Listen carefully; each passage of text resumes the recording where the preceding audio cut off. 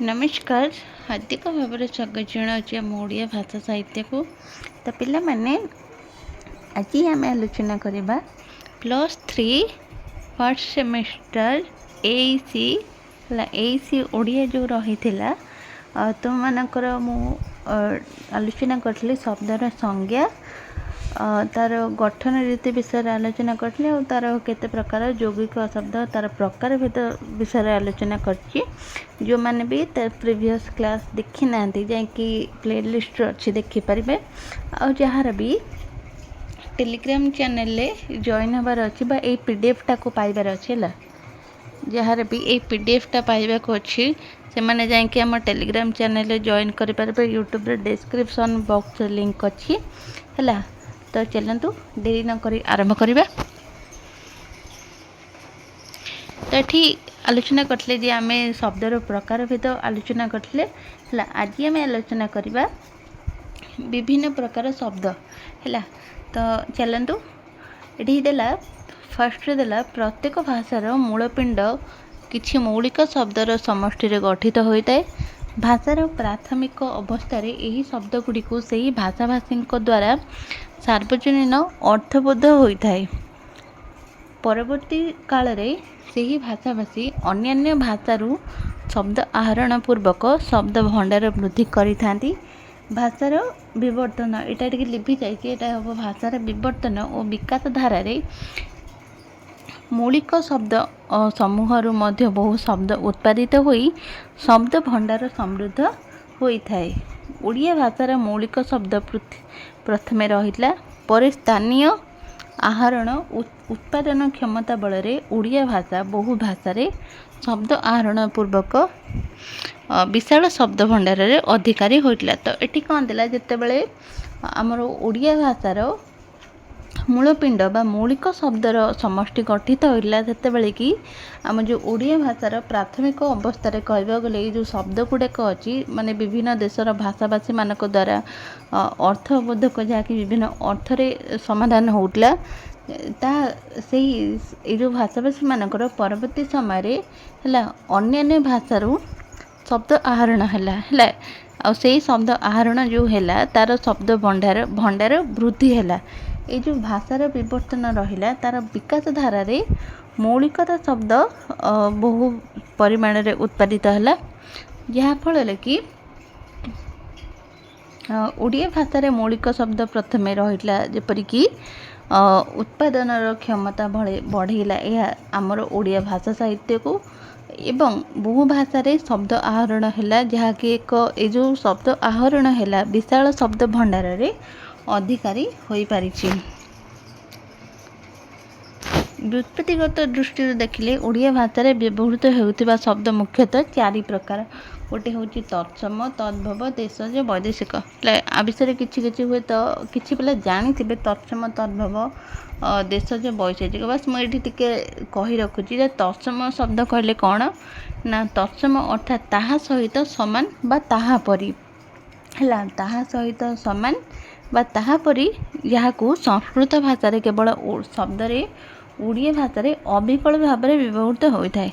संस्कृत भाषा सहित ओडिया भाषार समानता रही तेणु यह तत्सम शब्द कहुए। ये कौन देला ना तत्सम शब्द कहले ताहा सहित समान बा ताहा परी है जहाँ सहित समान बा ताहा परी एक्जाक्टली जपरी ये एग्जाम्पल देला सूर्य भास्कर प्रभात अग्नि विष्णु चित्र भाषा राजा ये सब हूँ सूर्य कहले सूर्य सहित समान सूर्यंकर तो कॉपी हो पार ना ना ता सहित समान बा ताहा परी है। यहाँ हूँ तत्सम शब्द।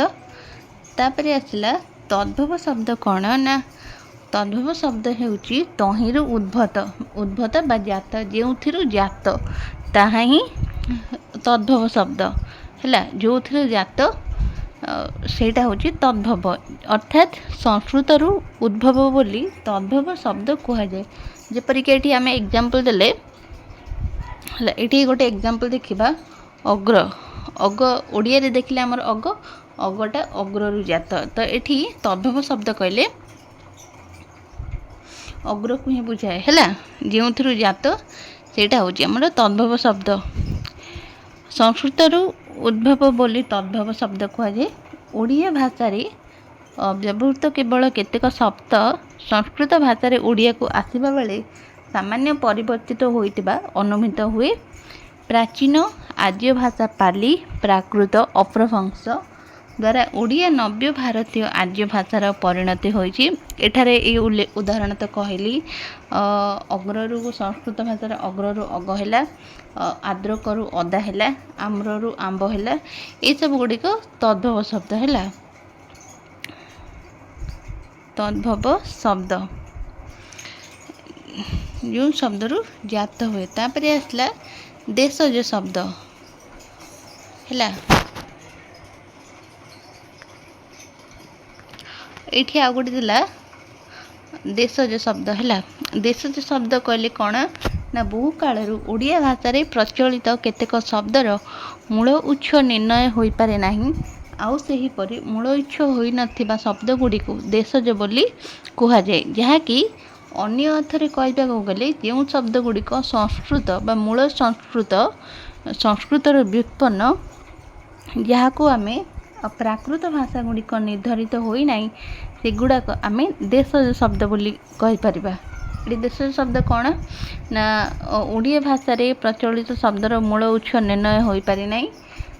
ମୂଳ ଉତ୍ସ ଯେଉଁଗୁଡ଼ା ନଥିବ ବା ସାଧାରଣତଃ ଏଠି କହିବାକୁ ଗଲେ ଅନ୍ୟ ଅର୍ଥରେ କହିବାକୁ ଗଲେ ମୂଳ ସଂସ୍କୃତରୁ ଯେଉଁଟା ଉତ୍ପନ୍ନ, ଯେପରିକି ଓଡ଼ିଆ ଭାଷାରେ ବ୍ୟବହୃତ ହେଉଥିବା ବିଭିନ୍ନ ଭାରତୀୟ ଆର୍ଯ୍ୟ ଭାଷା ବା ଭାରତୀୟ ଷ୍ଟ୍ରିକ୍ ଦ୍ରାବିଡ଼ ପରିବାରରେ ଅନ୍ତର୍ଗତ ବିଭିନ୍ନ ଭାଷାରେ ଉପଲବ୍ଧ ହୋଇଥିବାକୁ ତାହାକୁ ବ୍ୟୁତ୍ପନ୍ନ ଦେଶଜ ଶବ୍ଦ ବୋଲି କହିପାରିବା। ଏଠି ଏକ୍ଜାମ୍ପଲ୍ ଦେଖିଲେ ଗୋଟେ ଦେଲେ ଯେଉଁ ବାହାର ଦେଶରେ ଇଂରାଜୀ କହୁ ବା ମୁଣ୍ଡା ଭାଷା, ସାନ୍ତାଲି ଭାଷା, ଏଗୁଡ଼ାକ ସବୁ ଦେଶଜ ଶବ୍ଦ ବା ତେଲୁଗୁ, ତାମିଲ, ଏଇ ଯେଉଁ ମାଲାୟାଲମ ଯେଉଁଗୁଡ଼ାକ ରହିଛି, ଏସବୁ ଦେଶଜ ଶବ୍ଦରେ କହିବାକୁ ଯିବା। ତାପରେ ଆସିଲା ଦ୍ରାବିଡ଼ ମୂଳ। ଦ୍ରାବିଡ଼ ମୂଳ କ'ଣ ନା ବହୁ ପ୍ରାଚୀନ କାଳରୁ ବିଭିନ୍ନ କାରଣରୁ ଦ୍ରାବିଡ଼ ଭାଷାଭାଷୀ ଲୋକ ଓଡ଼ିଶାକୁ ଆସିଥାନ୍ତି। ସେମାନେ ଭାଷା ସହିତ ଓଡ଼ିଆ ପ୍ରତ୍ୟକ୍ଷ ସମ୍ପର୍କକୁ ସେମାନଙ୍କର ଭାଷା କେତେକ ଓଡ଼ିଆ ଶବ୍ଦ ଭାଷାରେ ମିଶିଛି। ଯେପରି ଏଠି ଏକ୍ଜାମ୍ପଲ୍ ଦେଖିଲେ ତେଲୁଗୁ ହେଉଛି, ତେଲୁଗୁରେ କହିବାକୁ ଗଲେ ଅଗାଡ଼ି କହୁଛୁ। ତାପରେ ଆଟିକା, ଏଣ୍ଡୁରି, କୁଡ଼ୁଆ, ଏସବୁ ତାଙ୍କର ଦେଶଜ ଶବ୍ଦ। ଏସବୁ ଦେଶଜ ଶବ୍ଦ। ତାମିଲରେ ଆସିଲେ ଆରିସା, କୋଇଲି, ଚିତଉ, ତୋଟା ହେଲା। ମାଲାୟଲମରେ ବାଡ଼।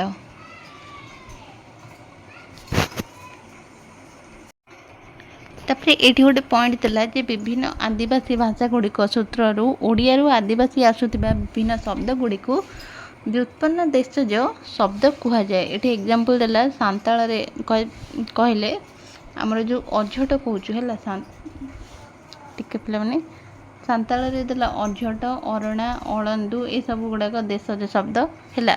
ଗେଣ୍ଡା, ପେତି, ବଡ଼ା, ଏଗୁଡ଼ାକ ସବୁ। ତାପରେ ଆସିଲା ବୈଦେଶିକ ଶବ୍ଦ। 4 ନମ୍ବରରେ ଆସିଲା ବୈଦେଶିକ ଶବ୍ଦ କ'ଣ ନା ଅତୀତରେ ବିଭିନ୍ନ ସମୟରେ ବହୁ ବିଦେଶୀ ଓଡ଼ିଶାକୁ ଆସି ଶାସନ କରିଛନ୍ତି। ତାଙ୍କ ଶାସନ କାଳରେ ଓଡ଼ିଆ ସହ ପାର୍ସୀ, ଆରବୀ, ପର୍ତ୍ତୁଗୀଜ, ତୁର୍କୀ, ମରାଠୀ ଓ ଇଂରାଜୀ ଇତ୍ୟାଦି ବହୁଭାଷୀ ଶବ୍ଦର ମିଶ୍ରଣ ଘଟିଛି, ଯାହାକି ପରବର୍ତ୍ତୀ ସମୟରେ ଓଡ଼ିଆ ଭାଷାରେ ପ୍ରଚଳିତ ହୋଇଛି। ସେଗୁଡ଼ିକ ହେଲା ଜାବନିକ ଓ ୟୁରୋପୀୟ।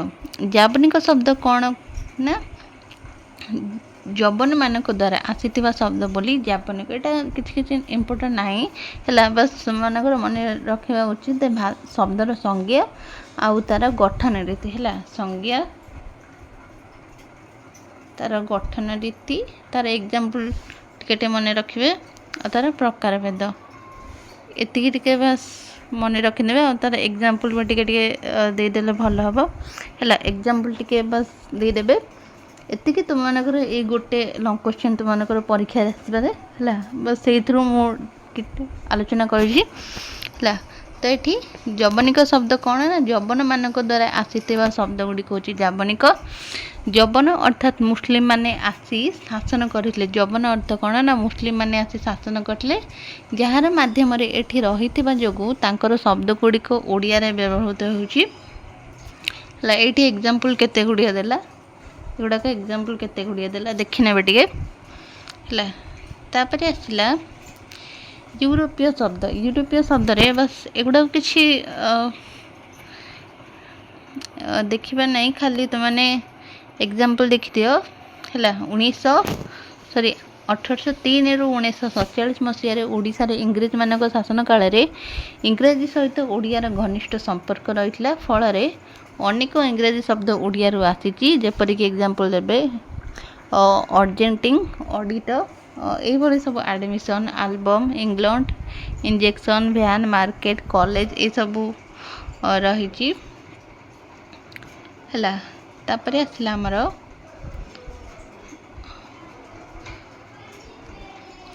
ଦ୍ୱିତୀୟ ଏକକରେ ଆମର ଅଛି ବର୍ଣ୍ଣା ଶୁଦ୍ଧି। ହେଲା, ଏଇଟା ମୁଁ ନେକ୍ସଟ କ୍ଲାସ୍ରେ ଆଲୋଚନା କରିବି। ହେଲା, ଏଇଠି କ୍ୱେଶ୍ଚିନ୍ କିଛି ଦେଲା ତୁମମାନଙ୍କ ପାଇଁ, ଯେଉଁମାନେ ବି ଏଇଟାର ଆନ୍ସର୍ ଜାଣିଥିବ ସେମାନେ ମୋତେ ଟେଲିଗ୍ରାମରେ ପଠାଇ ପାରିବେ। ହେଲା, କ୍ୱେଶ୍ଚିନ୍ ଦେଲା ଯେ ଶବ୍ଦର କାହାକୁ କୁହାଯାଏ, ଏଇଟା ତୁମମାନଙ୍କ ପାଇଁ କ୍ୱେଶ୍ଚିନ୍ ରହିଲା, ତୁମମାନେ କରିକି ମୋତେ ଟେଲିଗ୍ରାମରେ ସେଣ୍ଡ କରିବ, ନହେଲେ ଏଇ କମେଣ୍ଟରେ କହିଦେବେ। ହେଲା, କମେଣ୍ଟ ମାଧ୍ୟମରେ କହିବେ ଶବ୍ଦ କାହାକୁ କୁହାଯାଏ, ଶବ୍ଦର ଅର୍ଥ କ'ଣ।